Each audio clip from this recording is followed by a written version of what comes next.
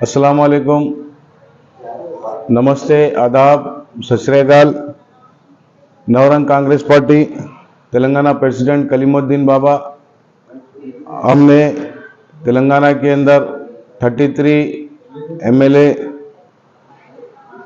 खड़ा किए हैं, जिसमें से 5 एमएलए को डिस्क्वालीफाई किया गया और बाकी के एमएलए पूरे मेरे कंटेस्ट कर रहे हैं। और इवन खुद मैं भी गोशा महल कंटेस्ट कर रहा हूं। और तेलंगाना की आवाम से मैं रिक्वेस्ट करता हूं कि वो ये बताए कि एक निर्दलीय पार्टी जो आपकी खिदमत करने के लिए आई और उसके लिए आप जो है आगे बढ़ के ताउन करें और इलेक्शन में मेरे कैंडिडेट को भारी से भारी वोट देकर के जिताने की कोशिश करें। और जहां तक रहा गोशा महल कॉन्स्टिट्यूंसी की बात मैं करता हूं, तो गोशा महल कॉन्स्टिट्यूंसी तेलंगाना के अंदर पूरे तेलंगाना के माहौल खराब करने का जिम्मेदार बनी हुई है। और उस गोशा महल कॉन्स्टिट्यूंसी से इस तरह की आवाजें आते हैं कि तेलंगाना का अमन और सुकून खराब करने की बातें होती है।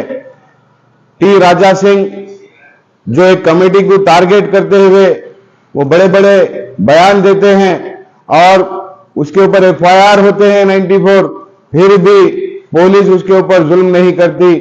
क्या बात है, समझ में नहीं आता। और एक आम आदमी को इतना हरेसमेंट करती है कि वो पागल हो जाए, इस तरह से काम करती है।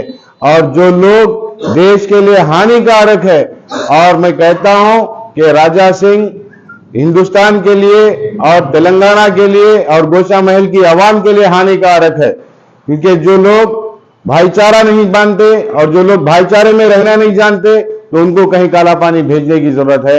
और गोशा महल की आवाम इस बार राजा सिंह को बाहर का रास्ता बताएगी और हमारी पार्टी को जितवा कर बताएगी। ये इसलिए मैं कह रहा हूं क्योंकि हम लोग प्रेम की बात करते हैं, मोहब्बत की बात करते हैं, और ना कि कोई जो है लड़ने की और आपस में फसाद पैदा करने की बात नहीं करते। हम हिंदुस्तान एक गंगा जमुना तहजीब के नाम से जाना जाता है और हिंदुस्तान का एक तेलंगाना स्टेट है, तेलंगाना स्टेट का दिल है जो गोशा महल कॉन्स्टिट्यूंसी है, जिसे मिनी इंडिया कहा जाता है। वहां पर सभी जात और सभी धर्म के लोग प्यार मोहब्बत से रहते हैं और उस प्यार मोहब्बत को खत्म करने का काम राजा सिंह जैसे लोग करते हैं। और मैं गोशा महल की आवाम से अपील करूंगा कि जो है आप एक मौका देकर देखिए दूसरों को, और आप देखिए कि गोशा महल का डेवलपमेंट कैसा आएगा। मैं गोशा महल की हर एक गली गली फिर रहा हूं कि गोशा महल के अंदर कई ऐसे गलियां हैं जहां पे कोई मर जाए तो उसकी डेड बॉडी लग जाने के लिए रास्ते नहीं है। तो इसी तरीके से गोशा महल को एक कैद खाना बनाकर रखा गया और गोशा महल जाके बिजनेस एम्पायर कहा जाता है तेलंगाना के अंदर।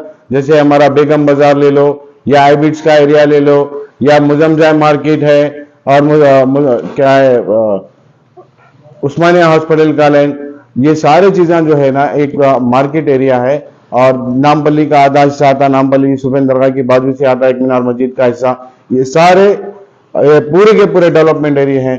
तो ऐसे एरियो के अंदर भी हम एक सलम पैदा करके रखे। और यहाँ पर ज्यादातर व्यापारी लोग हैं और मैं व्यापारी लोग से कहता हूं कि आप अपना बिजनेस बढ़ाना चाहिए, ये विवादों में नहीं रहना।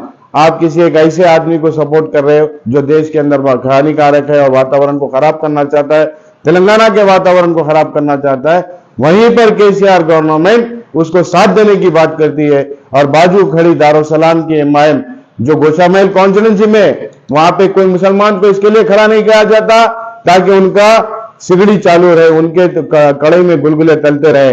और आज को हद तक ये हो गई कि कांग्रेस पार्टी को जो मुसलमान खरीब आकर के काम करना चाह रहे थे, कांग्रेस पार्टी ने उनके खिलाफ में काम किया और कहीं ना कहीं एमआईएम से और जो है बीजेपी से मिलकर के एक काम को जो है अंजाम देने का काम किया और मुसलमानों को वहां पे एक माइनॉरिटी जोन, उनका पूरा भविष्य खराब करने का काम किया। मैं कलीमुद्दीन बाबा एक्स फॉर्मर कांग्रेस लीडर जो है रह चुका हूं, मुझको मालूम है कांग्रेस की पॉलिसी क्या है। तो मैं तेलंगाना के तमाम मुसलमानों से कहता हूं कि कांग्रेस को वोट देना आपको बीजेपी को वोट देने के बराबर होगा और टीआरएस को वोट देना है तो आप अपनी बातों को मनवा करके दो। जो आपसे वोट मांगने आए उनको पूछो कि हमारे एरिया में हमारा भविष्य क्या बनाओगे, असेंबली के लिए क्या काम करोगे, स्कूल के लिए क्या काम करोगे, हॉस्पिटल के लिए क्या काम करोगे, अपने नौजवान बच्चों के लिए रोजगार के लिए क्या काम करोगे।